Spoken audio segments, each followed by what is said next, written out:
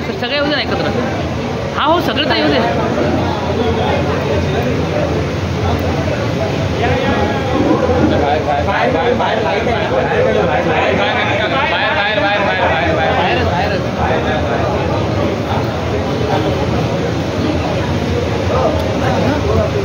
Video माहीत नाही.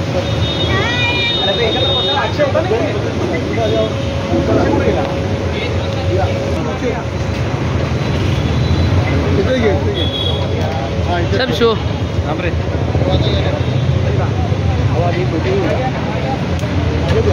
मागे ना मागे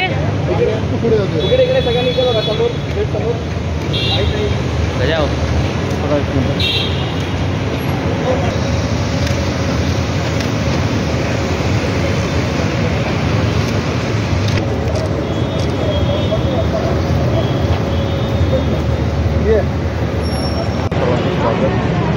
आज ठाणे लोकसभा मतदारसंघाची निवडणूक आहे आणि यामध्ये आज पार्टीचे आमदार मतदारसंघाचे आपण या मतदानानंतर आपण त्यांच्याशी संवाद साधणार आहोत.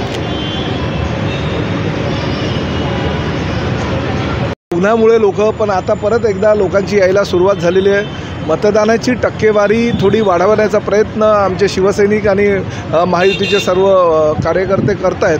ही वस्तुस्थिती आहे की मतदानाची टक्केवारी जी पाहिजे तशी अजून होत नाही आहे. आम्ही प्रयत्न आमच्या माध्यमातून चालू आहे, पण फार मोठ्या प्रमाणात उन्हाच्या त्रासामुळे आणि त्याचबरोबर काही मतदान केंद्रामध्ये पंखे नाही आहेत, पाणी नाही आहेत, बसायला खुर्च्या नाही आहेत, अशी काही अवस्था आहे. त्यामुळे लोक थोडेसे नाराज आहेत. तरीसुद्धा ज्या काही त्रुटी आहेत त्या त्रुटी पूर्ण करायला आम्ही निवडणूक आयोगाच्या काही लोकांना सांगितलेलं आहे.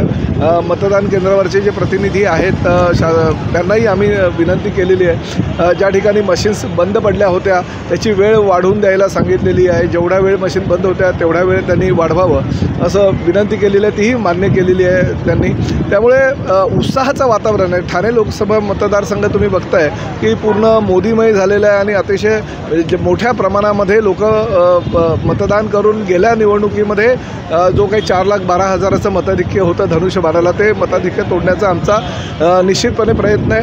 राज्याचे मुख्यमंत्री आदरणीय एकनाथजी शिंदे साहेब, आता उमेदवार नरेश म्हस्के, आम्ही सगळ्यांनी पाहणीसुद्धा केली पूर्ण मतदारसंघाची. लोक उतरत आहेत आणि मला तर असं वाटतं की 8-9 वाजेपर्यंत मतदान चालेल, कारण गर्दी संध्याकाळी 4 नंतर मोठ्या प्रमाणात येईल आणि त्यामुळे मतदान प्रक्रिया ही जास्त वेळ चालेल असं मला आजच्या ह्या वातावरणामुळे तरी वाटत आहे. विरोधकांना काही ठिकाणी बोगस बघा, जेव्हा विरोधकांची पायाच्या खालची वाळू सरकायला लागते त्यावेळेस विरोधक पैसे वाटत आहेत, बोगस मतदान होतं आहे, आमच्या मतदारांना मतदान करायला दिलेलं गेलं नाही, अशा ह्या आवाया उठत असतात. त्यामुळे ह्या तर प्रत्येक निवडणुकीमध्ये विरोधकांच्या त्या सवयी असतात आणि त्या सवयीवर मात करून मात्र आमचे मतदार जे आहे ते बाहेर पडलेले आणि फार मोठ्या प्रमाणात मतदान हे करतायत. हे असं चित्र सध्या तरी दिसतंय. मुख्यमंत्री ऑन फील्ड होते, तुमच्या मतदारसंघात पण आले नाही.